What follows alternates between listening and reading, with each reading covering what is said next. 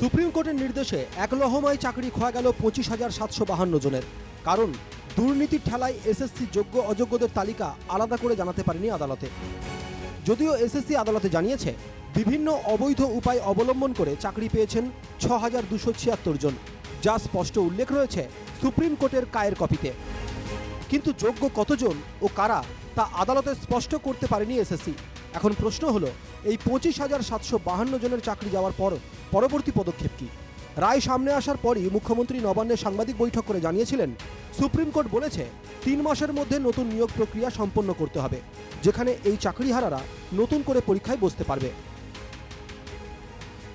Will accept the supreme court judgement. ওরা বলেছে 3 মাসের মধ্যে প্রসেস করতে আমরা করে দেব, এবং অলরেডি এডুকেশন মিনিস্টারকে বলেছি যে স্কুল সার্ভিস কমিশন, যেটা অটোনমাস অর্গানাইজেশন, তাদের আমাদের ফিলিংসটা জানাতে। What they will do, it is their decision. কিন্তু 24 ঘন্টা পর এসএসসি চেয়ারম্যানের গলায় উল্টো সুর। 3 মাসের মধ্যে যে নিয়োগ প্রক্রিয়া শেষ হওয়া সম্ভব নয় তা সাফ জানিয়ে দিয়েছে কমিশন। পাশাপাশি কমিশনের চেয়ারম্যান বক্তব্য, 3 মাসের মধ্যে নিয়োগ প্রক্রিয়া শেষ করার কথা রায়ের বয়ানে কোথাও বলা নেই। নিয়োগ প্রক্রিয়া মানে আমি একটা সেক্টর, তার পরীক্ষার্থীর সংখ্যা কত তার উপর নির্ভর করে। 22 লক্ষ মতন পরীক্ষায় বসেছিলেন। 3 মাসে কখনোই সেটা সম্ভব নয়, রায়ে সেটা যথার্থভাবেই উল্লেখ নেই। এদিকে সিপিএম নেতা ও আইনজীবী সায়ন বন্দ্যোপাধ্যায় বড় প্রশ্ন তুলে দিয়েছেন।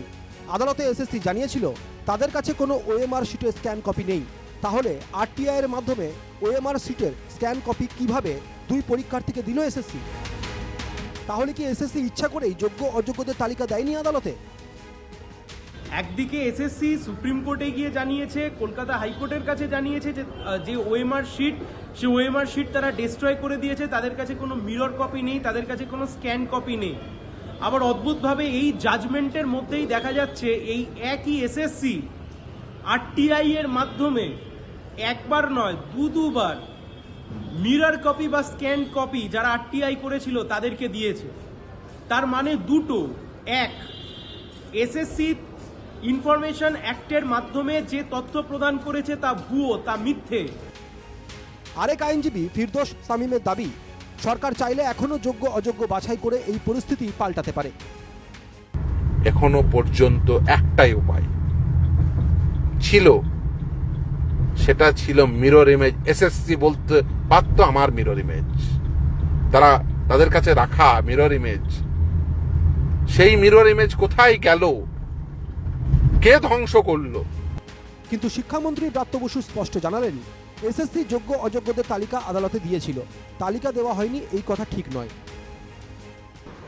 যে রায় বলছে যে টেন্টেড এবং আনটেন্টেড, সেটা তো এসএসসির দেওয়া তথ্য পরিসংখ্যান, তার ভিত্তিতেই বলা হচ্ছে।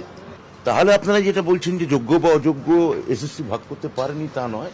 হয়তো বলতে পারেন তাতে কোর্ট সম্পূর্ণত, কোর্ট সেটা বলেওছেন মাননীয় যে তারা সন্তুষ্ট হচ্ছেন না। আদালতের রায়, মুখ্যমন্ত্রী, এসএসসি ও শিক্ষামন্ত্রীর বক্তব্য দেখাশোনার পরও যে প্রশ্নগুলো উত্তর এখনো মিলছে না। অযোগ্যদের তালিকা আদালতে দিলেও কেন যোগ্যদের চিহ্নিত করল না এসএসসি? যোগ্য অযোগ্যদের সকলেরই কি ওএমআর শিটের মিরর ইমেজ আছে এসএসসির কাছে? এসএসসির কাছে উত্তর নেই। কিন্তু যোগ্যদের নতুন করে পরীক্ষায় বসার জন্য কতদিন অপেক্ষা করতে হবে? এসএসসির দেওয়া অযোগ্যদের তালিকায় সম্পূর্ণ ভরসা করেনি আদালত। তাহলে তাদের টাকা ফেরতের প্রশ্ন আসছে কি করে? অযোগ্য কত সেটা যদি এসএসসির কাছে পরিষ্কার না হয়, তাহলে নতুন পরীক্ষায় তাদের বাদ দেওয়া হবে কি করে? শিক্ষামন্ত্রী বলছেন এসএসসি যোগ্য অযোগ্যদের বাছাই করেছিল, তাহলে আদালত কেন শুধু যোগ্যদের চাকরি বহাল রাখলো না? Bureau report, NKTV Bangla.